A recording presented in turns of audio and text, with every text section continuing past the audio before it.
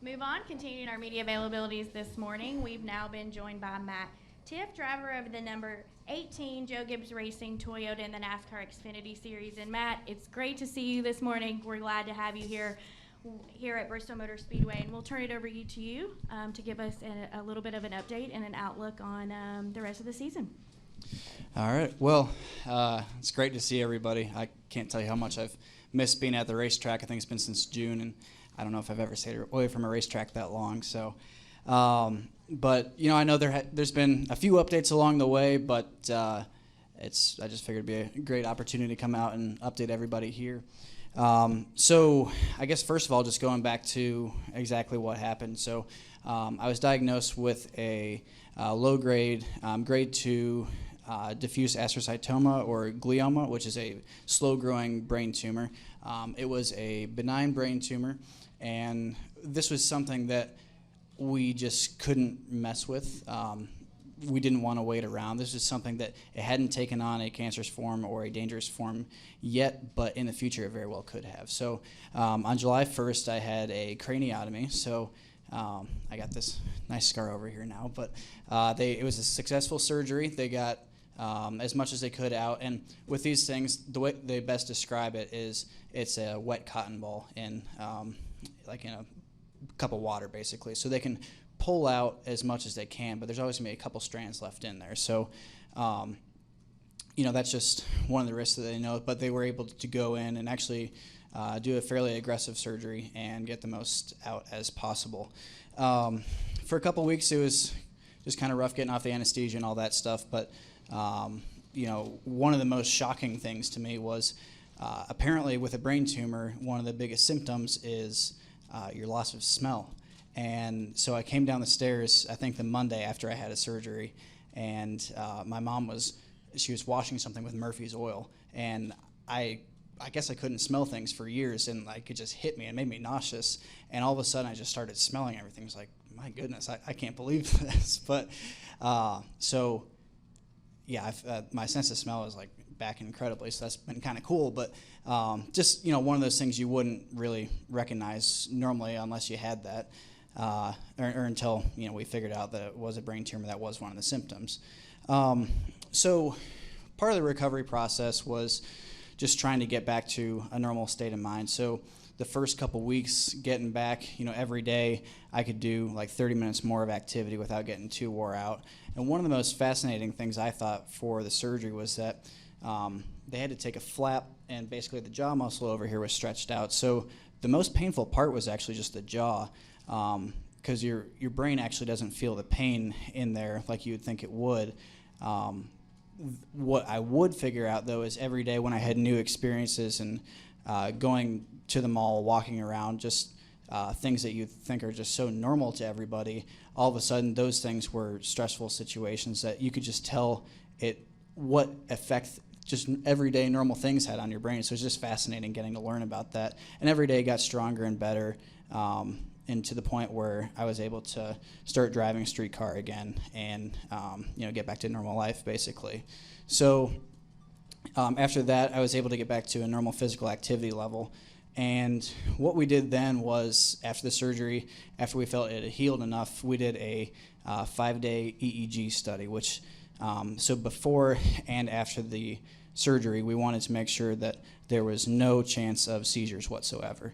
And this is obviously out of respect for everybody with competition, making sure everybody's safe, and for myself being out on the track as well, just because of the nature of what we do is obviously a high-pressure situation. So proved both times that there is no evidence of seizures whatsoever, so that was a huge step in the recovery process, and ultimately to show that it was a successful surgery, and that my brain was functioning at a healthy and safe level.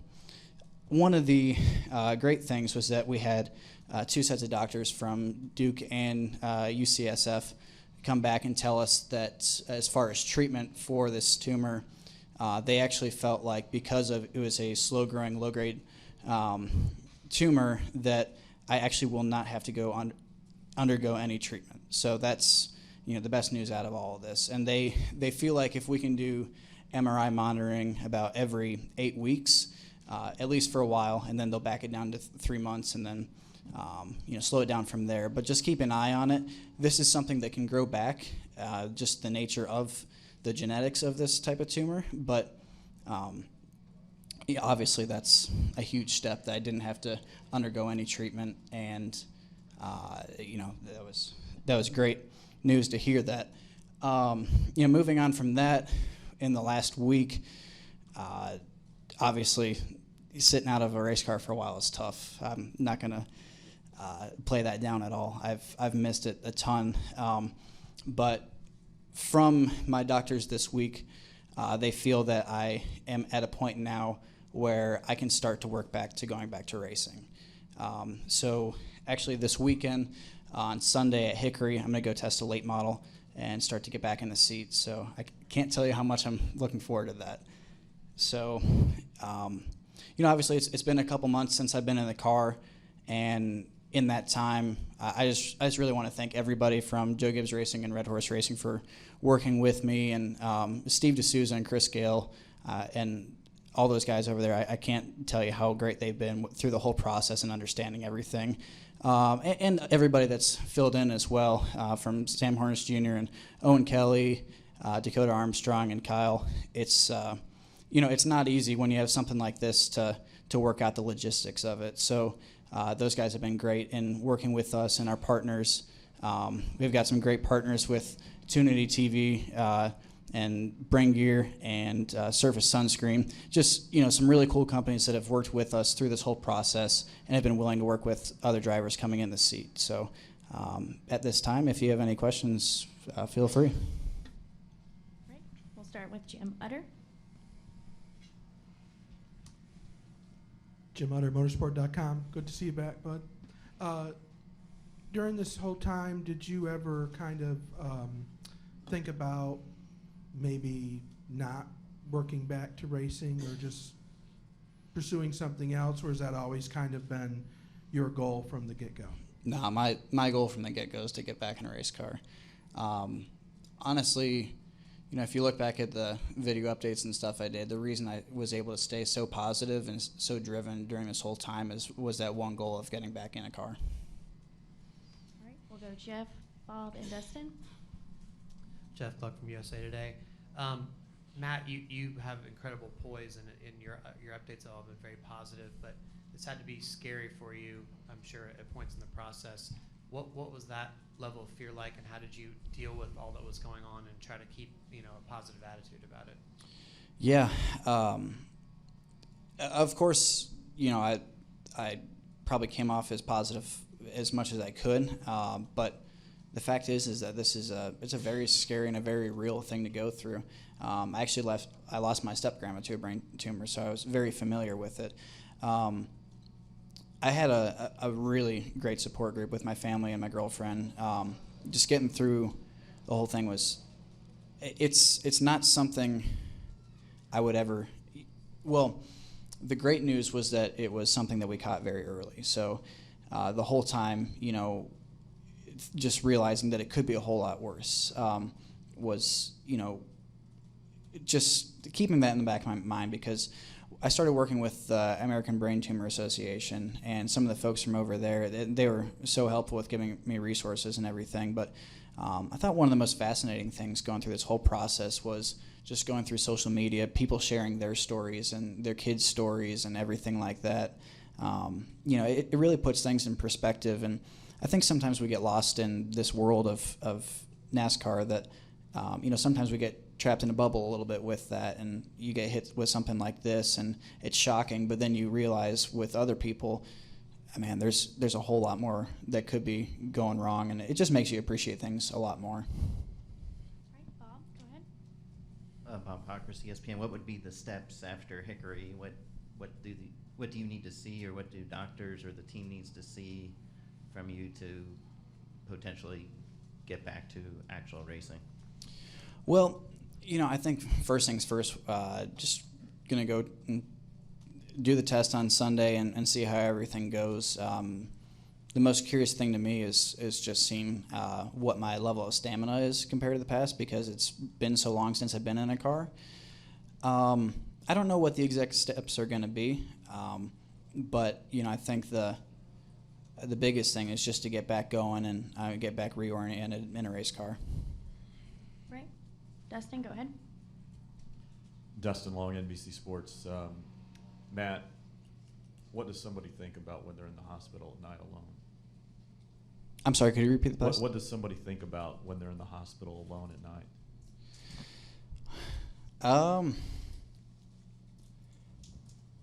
Man, I don't know. It's you have different thoughts when you're there. Luckily, I was able to get cleared pretty quickly back home. So my surgery was on July 1st, which was, I believe, a Friday night. And I was cleared back actually almost 24 hours later. So the doctors gave me a checklist to go through to get cleared back. They thought I was going to go back home on Monday. I went back home Saturday night. I remember waking up that night in the ICU, and I think the Xfinity race was actually on Daytona. It was playing in my room there. So I remember waking up and seeing just a little bit of the race and then kind of going back to sleep. But in the beginning, it was definitely your body has been through so much when you literally take out part of your brain. I mean, it's just your body's chemistry is all changed, really. So, in the beginning, I was very driven to get back home. But then as soon as I got back home, you get that realization of, okay, this is not going to be tomorrow I'm going to be okay. This is going to take some time. And in the beginning, that took a while to really understand that. So, I mean, there's definitely some times where you're bummed out. You're like, I just want things to go back to normal, But then, you just got to keep telling yourself that you got to do everything necessary and push yourself to get back to that point. All right, we're going to go to Jeff next. Matt, you were talking about watching or seeing the race on TV at Daytona. Did you find that easy to watch the races? Is that something you wanted to do, or was it tough to watch the race someone else in your car there? It was tough. And I think in that race, I believe we had David Reagan in the car. You never want to see, one of the oddest things for me was, seeing your name on the door plate there and you're not in it. It's bizarre. But I think it made it easier knowing that I had the support of the team and support of everybody to get back in. You never want to get to that point, I think, in any sport where you feel like they're taking your job. But when you go through something like this, it's just hopefully years down the road I look back at this and this is just a little speed bump in a long career, and it's just great that we caught it when we did. So, but yeah, that's never an easy situation. All right, we're going to go Chris, Hunter, and then up front to Jessica. ChrisKnightCatchmans.com. Great to see you back, Matt. Who's going to be at the test on Sunday? Who are you testing with? Is it your family team, or are you driving for Kyle Busch's late model team? What are the scenarios? Are you going to test it with anybody, or are you going to be by yourself? And will you consider maybe running a late model race before you come back to NASCAR?